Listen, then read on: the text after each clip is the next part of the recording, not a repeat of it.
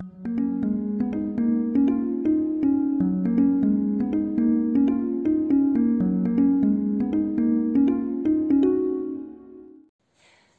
à tous, j'espère que vous allez bien, je suis vraiment ravie de vous retrouver aujourd'hui pour une nouvelle vidéo sur la chaîne qui va être un update lecture. Je suis trop contente de pouvoir vous en faire un. Ça fait beaucoup trop longtemps, je ne sais même plus c'était quand la dernière fois, très certainement en 2021 en fait.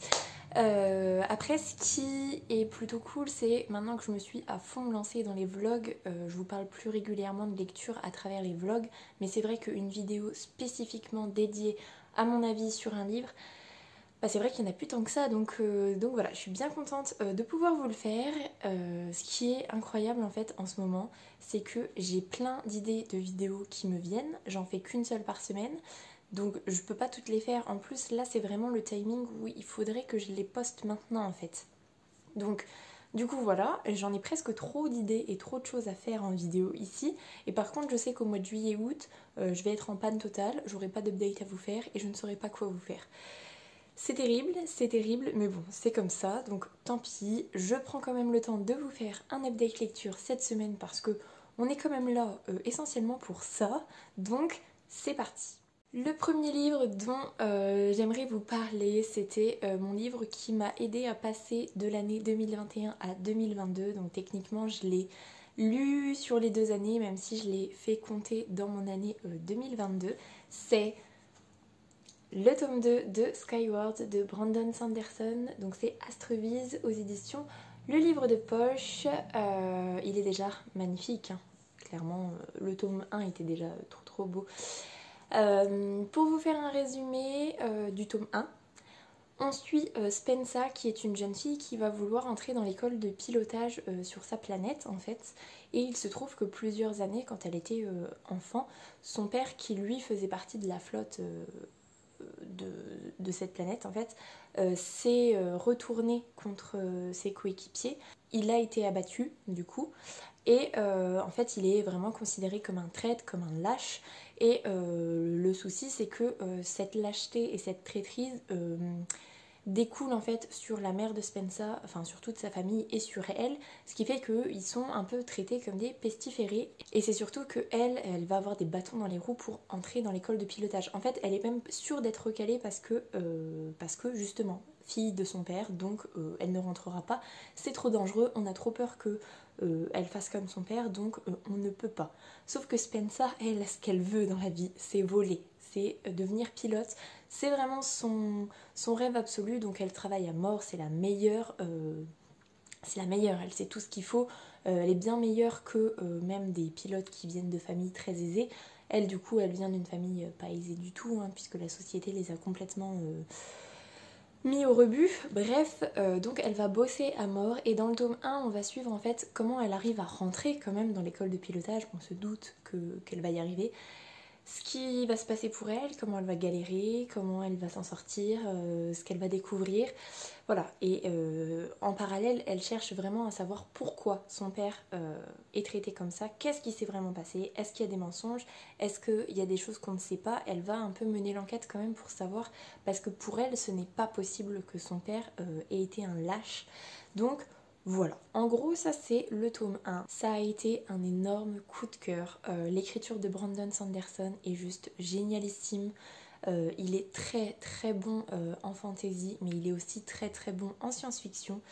Voilà, c'était une pépite. Le tome 1 était vraiment une pépite, et donc du coup le tome 2, on suit la suite en fait du tome 1.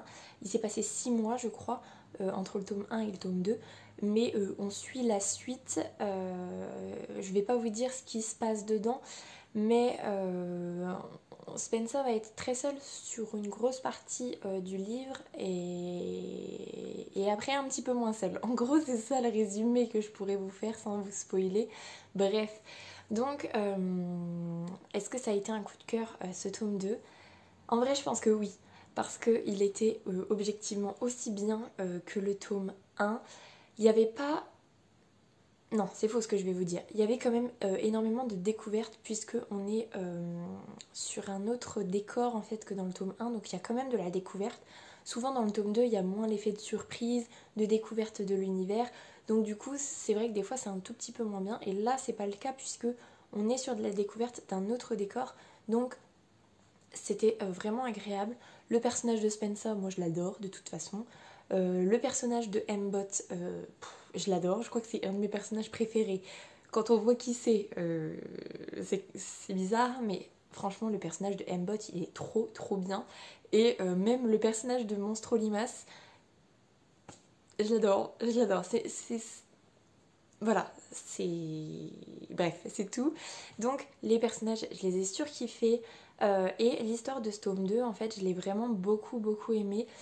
On est sur, comme je vous disais, une solitude sur peut-être pas la moitié, mais une grosse partie du début. Et vraiment, en tant que lecteur, quand on lit, on se sent seul, aussi seul que Spencer. Et il y a un malaise de solitude qui s'installe, il y a un peu de tristesse, il y a de la nostalgie. Tout ça, en fait, il nous le fait tellement bien ressentir, alors que c'est pas nous qui vivons ça, mais en fait, si, il arrive à nous faire vivre ça à travers son livre, et c'était vraiment génial. Après, elle sera beaucoup moins seule, elle va rencontrer de nouveaux personnages, de nouveaux gens tout simplement avec qui elle va se lier. Et là c'était pareil, c'était vraiment des personnages top, chacun à leur façon. Comme dans le premier tome, en fait, dans le premier tome, on apprend à aimer tous les personnages. Et ben là c'est pareil, c'était vraiment... comment dire, c'est agréable, c'est vraiment trop bien. Les péripéties qui se passent, la façon dont elle va gérer les choses, j'ai adoré aussi, donc vraiment un coup de cœur.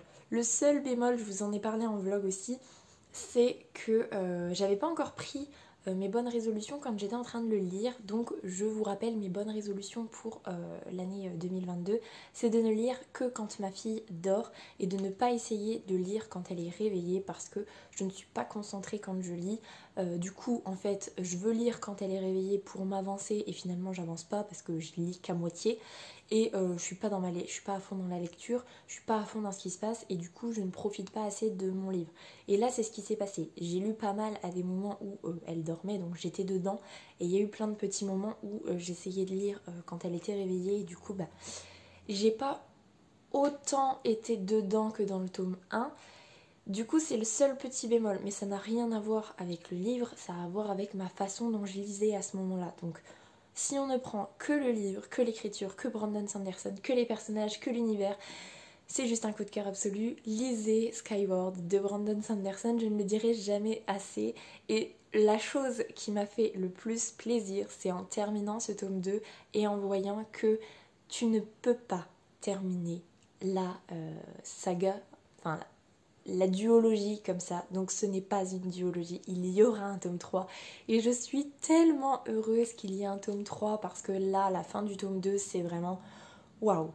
Vraiment là, on a envie... Autant le tome 1, il se finissait, il y avait des révélations qui donnaient envie de lire le tome 2, mais c'était pas ah ouais quand même, on en est là. Alors que là, si, on en est là et ça va être la merde. Donc voilà, trop hâte de lire le tome 3 avec mes bonnes résolutions, ce sera beaucoup mieux. Y a une petite chose qui se passe à la fin qui m'a un petit peu fait mal au cœur parce qu'il se passe quelque chose par rapport à un de mes personnages préférés. Et voilà, je me dis... J'avais un petit pincement au cœur, mais bon, c'est ça qui est beau. Brandon Sanderson, il nous fait ressentir plein de choses. On est à fond dans l'histoire. Bon, à part ce que je vous disais juste avant, mais sinon, quand on est dedans, on est à fond dedans. Et c'est pas parce que c'est de la science-fiction qu'on peut pas totalement ressentir ce que les personnages ressentent. Et voilà, c'était trop un coup de cœur. Donc, si vous ne connaissez pas, si vous aimez la science-fiction... Si vous avez envie de quelque chose de bien ficelé, de bien écrit, de beau, de génialissime, allez-y sans problème.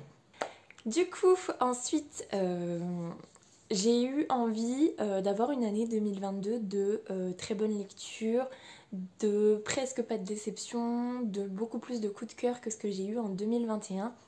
Du coup, en fait, je me suis dit, lis des livres dont tu as vraiment envie. Lis des livres dont tu sais que tu vas aimer l'écriture, que tu sais que tu vas aimer l'histoire. Et donc forcément, je voulais un petit livre, un petit livre. Au final, c'est pas parce que c'est un poche que c'est plus petit qu'un gros, mais bon, bref, ça c'est un autre débat. J'ai décidé de sortir le tome 7 de Charlie Davidson, donc c'est 7 tombes et pas de corps, donc c'est de Darinda Jones et c'est aux éditions Milady. J'aime Charlie Davidson, j'aime cette saga, j'aime l'histoire, j'aime tout, et donc là, ce tome 7, je vais vous refaire un résumé en fait de ce que c'est Charlie Davidson et pas vraiment de ce tome 7, mais en gros, Charlie c'est la faucheuse, elle voit les morts, c'est un portail qui permet à ceux qui ne sont pas encore passés de l'autre côté de les morts la traversent pour passer de l'autre côté.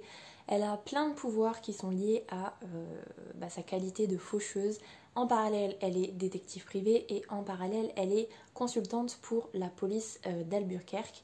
Donc souvent sur un tome, on est sur une enquête de détective privé, une enquête pour la police et une enquête ou un développement de sa qualité de faucheuse avec plein de découvertes parce que même si elle est très forte, même si elle a plein de pouvoirs, elle ne sait quasiment pas ce qu'elle peut faire. Et au fur et à mesure des tomes, en fait, elle va découvrir les capacités dont elle est dotée et voilà. Ce tome 7, c'était ça aussi avec un petit truc un peu stressant qui se passe côté faucheuse à côté qui stresse un petit peu tout du long en fait. Voilà, on n'est pas sécure quand on est avec elle et sur le plan personnel il se passe quelque chose qui est...